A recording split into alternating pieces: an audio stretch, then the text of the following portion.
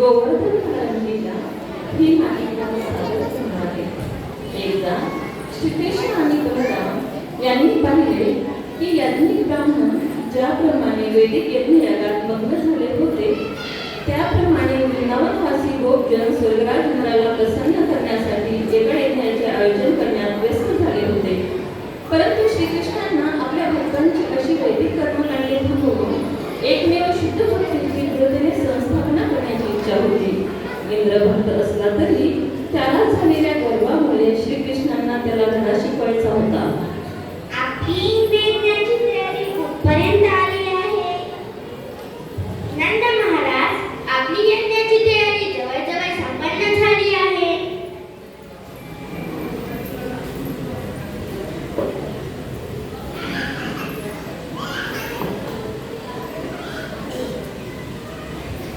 बाबा, ही एका मोठ्या यज्ञाची तयारी झालेली आहे.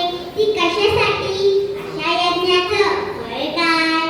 आणि हा यज्ञ यासाठी करावयाचे असतो.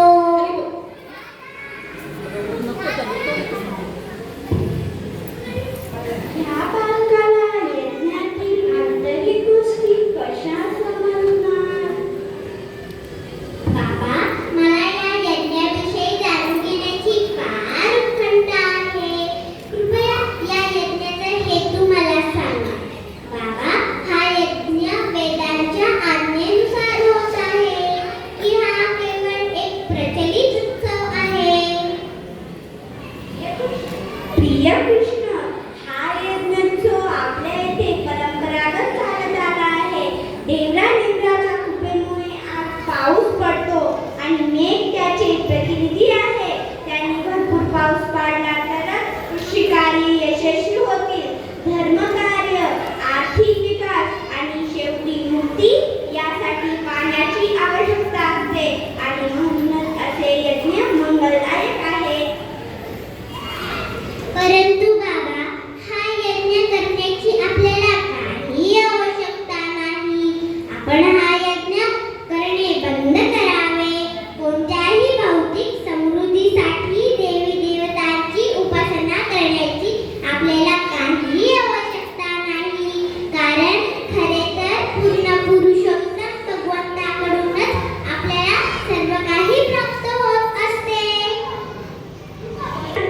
हे कृष्ण, फळ मिळवण्यासाठी आपल्याला देवी देवतांच्या उपासनेची गरज आहे.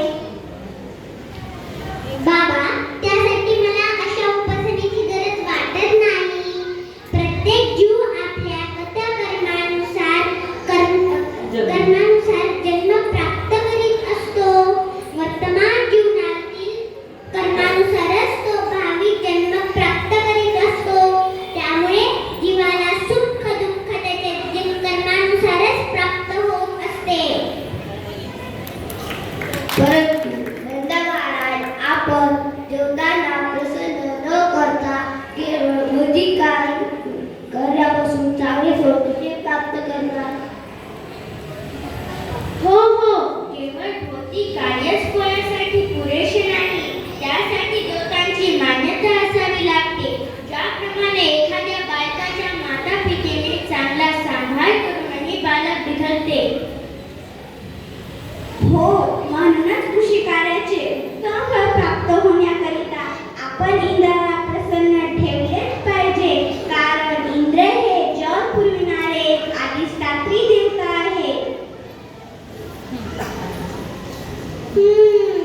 बाबा, जो आपली विहित कर्तव्ये पार पाडतो त्याला देवता फळे प्रदान करतात व जे आपली विहित कर्तव्ये पार पाडत नाही त्याला देवता चांगले फळ प्रदान करत नाही. म्हणून देवता विहित कर्मावर अवलंबून आहे. म्हणून ते उत्तम फळे प्रदान करण्यात सर्वा नाही.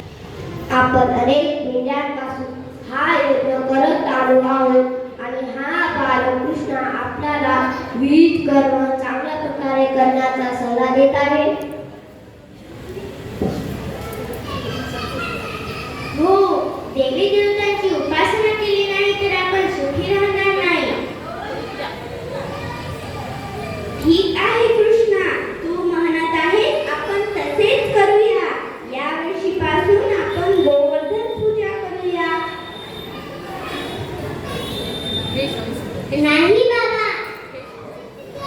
हे श्याम सुंदर, तुझ्या इच्छेने हा यज्ञ कसा संपन्न केला जावा ते सांग.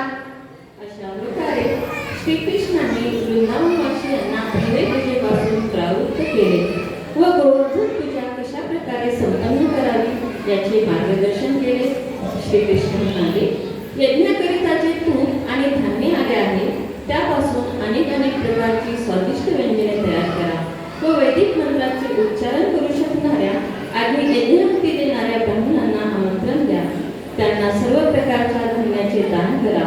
नंतर सर्व गायींना भरपूर भोग घालून त्यांना सजवा व ब्राह्मणांना दक्षिणा द्या व सर्वांसाठी भरपूर प्रसाद भोजन द्या व यज्ञाला सुरुवात करा. नाही बाबा, त्यासाठी तुम्ही इंद्र यज्ञाची तयारी केलेलीच आहे.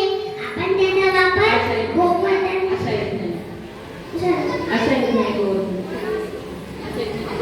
अशा यज्ञाने गोवर्धन खूप संतुष्ट होतील व आपल्या गायी पण आनंदी राहतील.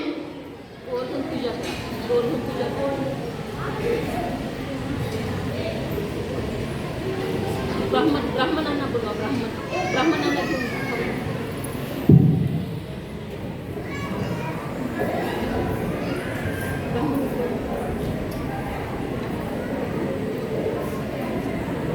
माईक द्या ब्राह्मणांना, ब्राह्मणांना